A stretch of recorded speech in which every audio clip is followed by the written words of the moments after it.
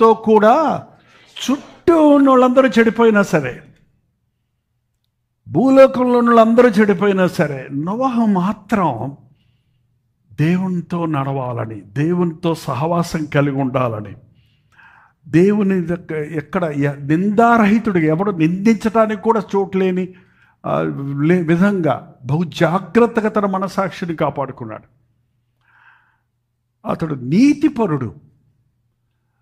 నీతిమంతుడు అక్కడో లేడు. మరి నీతిపరుడు ఎవడైనా అయ్యాడంటే అది ఆయన కృప ద్వారానే మనం రక్షించబడ్డాం. కానీ అసలు దేవుని కృప ఉందంటే అనీతిమంతులమైన మనల్ని ఆయన నీతిమంతులుగా తీరుస్తున్నాడు.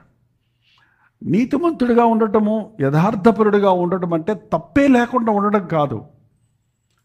ఎప్పుడు చెప్తుంటాను నేను, యథార్థపరుల్ని దేవుడు ప్రేమిస్తాడు. ఎందుకంటే ఉన్నది ఉన్నట్టుగా ఉండేవాడిని వేషధారులను దేవుడు సహించడండి.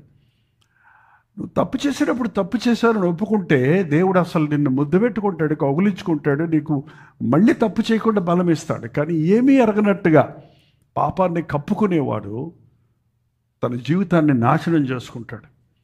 నోవహు అటువంటి దినాల్లో తను దేవుని యందు భయభక్తులు కలిగి ఉన్నాడు, దేవుణ్ణి ప్రేమించాడు, దేవునితో నడుస్తున్నాడు. అంటే అర్థం ఏంటంటే, నీ ఆజ్ఞ చొప్పున నేను నడుస్తున్నాను అంటే నా పక్కన ప్రభువు ఉండాలని ఏమీ లేదు. ప్రభువు చెప్పినట్టుగా నేను నడిస్తే ప్రభువు నాతో నడిచినట్టే.